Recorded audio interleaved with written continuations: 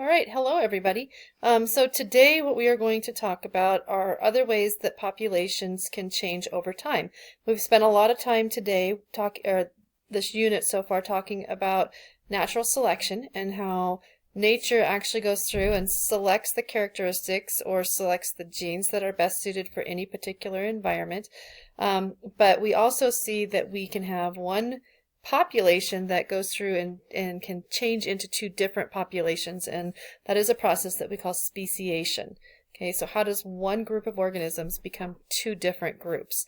And so we'll go through that today. My goal for you is that you are to take notes on this information. I know I talk fast, so you may have to have the sub go through and pause the video at various times so you can keep up, especially since you guys aren't asking questions through the video. It's going to be kind of hit and miss that you keeping up. Also know that this video is available on Google Classroom, so you can go back through and rewatch this as you need. This information is very important. You're going to be needing this on your final project. Okay, so the process of change. This is what we call speciation. Evolution can be categorized into two groups. We can call it microevolution. Micro meaning small evolution. So these are small changes over time. And this is kind of what we really kind of focus on, is seeing maybe the giraffe's necks getting longer and longer and longer from one generation to the next. All right, or maybe the pocket mouse, the rock pocket mouse that you saw the video on, where you have two different colors of mice. They're still mice. They still look the same. They still basically function the same. The only big difference is that one group some of them are black and some of them are white. And then through natural selection, then we get these little bitty changes where the white mice disappear because of selection pressures, and the black ones take over because they're hiding very nicely on the rock. Okay, so that would be microevolution. Macroevolution, as in macroscopic or very large evolution, these are the changes that we see that are big changes. All right, so if we were to go through and take a look at, for example, the whales, we saw pictures of those before where they were once walking on land with legs, and today they do not have legs. And comparing the before and the after, even though there were maybe small changes along the way, the overall process has been a very large change in the species. Okay, and that would be macroevolution. So microevolution can lead to macroevolution. All right, so when we talk about speciation, organisms dividing into two different groups, basically what needs to happen is that reproductive isolation has to be present. Okay, so reproductive isolation, that means that two groups of individuals are not reproducing anymore. So what is that? Well, there's something that we talk about that's called gene flow. All right, and it is the movement of alleles between populations.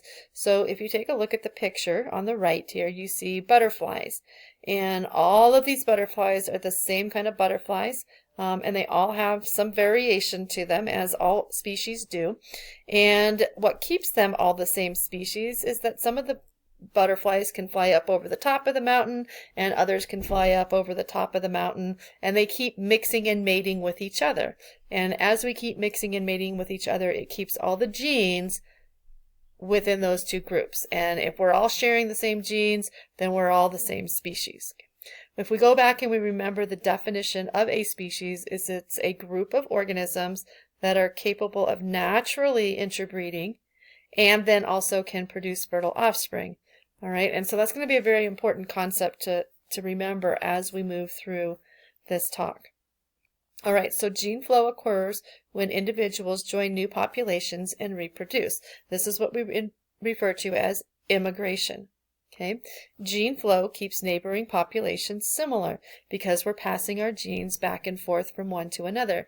We have mountain lions that live in our area, and there are mountain lions that live over by Missoula, and there are mountain lions that live down in Colorado. And believe it or not, through tracking mechanisms, we've actually found mountain lions from the Colorado area that have migrated all the way up to the Bozeman and Great Falls areas, okay, and vice versa.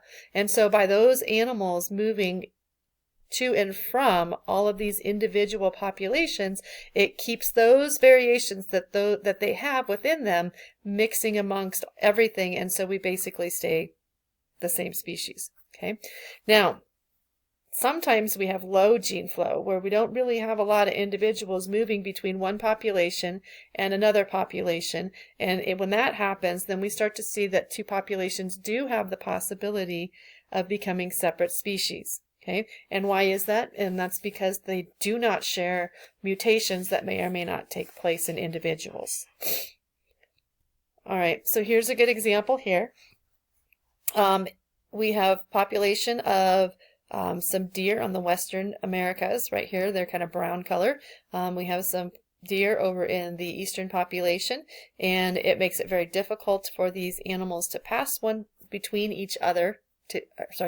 It makes it hard for those different two populations to see each other because we've got mountain ranges and long distances between them. All right, once in a while we do see some of the western deer move over to the eastern and vice versa, but because of the distance and the regions around, it makes it really difficult. So what happens if we get separated? Well, then we start to see things that look like this. Okay, these are the white-tailed deer from Montana on the left, and we have the white-tailed deer from New York. Now, they're still deer. They're still considered the same species, but you definitely see some differences. Okay, ours tend to be bigger, and they also tend to be darker, or a lighter brown in color. The ones on the East Coast tend to be smaller animals and a darker kind of a reddish color, dark brown, kind of a reddish color. So there's some significant differences in just the outward appearance. But again, we do have that crossing of these animals between, so they still are reproducing, so they still are the same species. Okay, so a new species will form when reproductive isolation occurs, and that is an absence of gene flow. When something prevents two separate populations from getting to one another, each individual population will accumulate their own mutations over time. And if these mutations in each population build up enough to prevent them from mating with each other, then they are considered to be separate species. Okay, so reproductive isolation, the existence of biological factors or some sort of a barrier that prevents two individuals of a species from mating and producing viable and fertile offspring.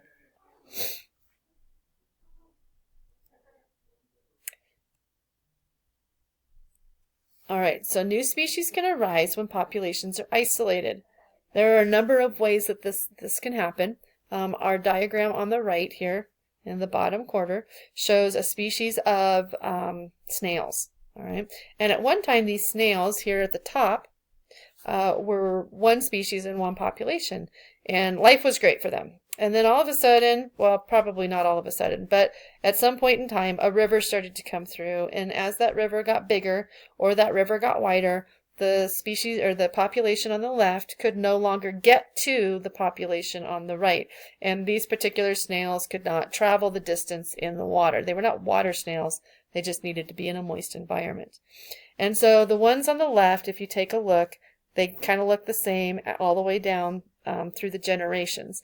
The ones on the right, after the second generation, we notice that they have a new red stripe on there caused by a mutation that gave them this cool, hot, red stripe. All right, and because that cool, hot red stripe was in that population, and that population was mating with itself, we continue that red stripe mutation on through the generations. Now, as time goes by, as everything usually does, the river dried up, and now these two snail populations can come back together. So the question is, are they the same species now, or are they different?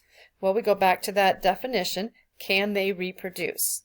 If these two can reproduce, then it's just a natural variation within those, the red snail and the non-red snail, and we'll have a mixture of that in one population. But if they come back together and the plain colored snails thinks that red stripe is horrendous and doesn't want to have anything to do with it, then what we see is that they are separate species. Okay, and they will also continue to accumulate mutations in each population, even though they're living together, because they are not mating. Okay. Isolated populations adapt to their own environment. So if one side of the river happens to be nice and shady and the other one happens to be drier, one population might find themselves under rocks more often, where the other one is normally found out and above on dry land. And so that's going to create some habitat differences as well. Genetic differences can add up over generations. Okay, so maybe that red snail also ends up having a cool blue stripe on the bottom or something. All right, other causes of speciation. This is something that is referred to as genetic drift.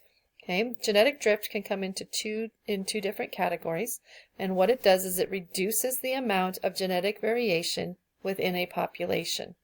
Okay, so how does that happen? First thing we have to do is we have to realize that genetic drift is due totally to chance. Remember, natural selection was on purpose. We are selecting, nature is selecting those characteristics that are best for the environment. With genetic drift, you are the luckiest ones there. Okay, so natural selection is not random. It weeds out the bad genes, and genetic drift is totally due to luck. Okay, if we take a look at the picture here, we have a population of green and brown bugs here, and oops, I stepped on some of them. It wasn't that I was totally gunning for the green ones, they just happened to be at the wrong place at the wrong time. And so now what we see is a reduced population, and there really aren't many green ones left. Okay. All right, the first form of a genetic drift is something that is referred to as a bottleneck, and a bottleneck is due to a catastrophic event that occurs randomly, and it drastically reduces a population. Okay. The second one is referred to as the founder effect, where a few individuals occupy a new territory and are the ones that repopulate the area. And it's not necessarily, the genes that are in this new area are not necessarily characteristic of the original population. If we take a look at the diagram on the bottom left, this here is showing a bottle on the left, and it's got green and white and red beads in it, and they're all mixing and mingling. And then I take that bottle and I turn it upside down, and only a few of them come out. And what we know at the end here is that none of the green marbles made it out. And so when we start to take these few individuals and have them go through and repopulate the area, you will see no green marbles come back because those genes have been lost from the gene pool. Okay.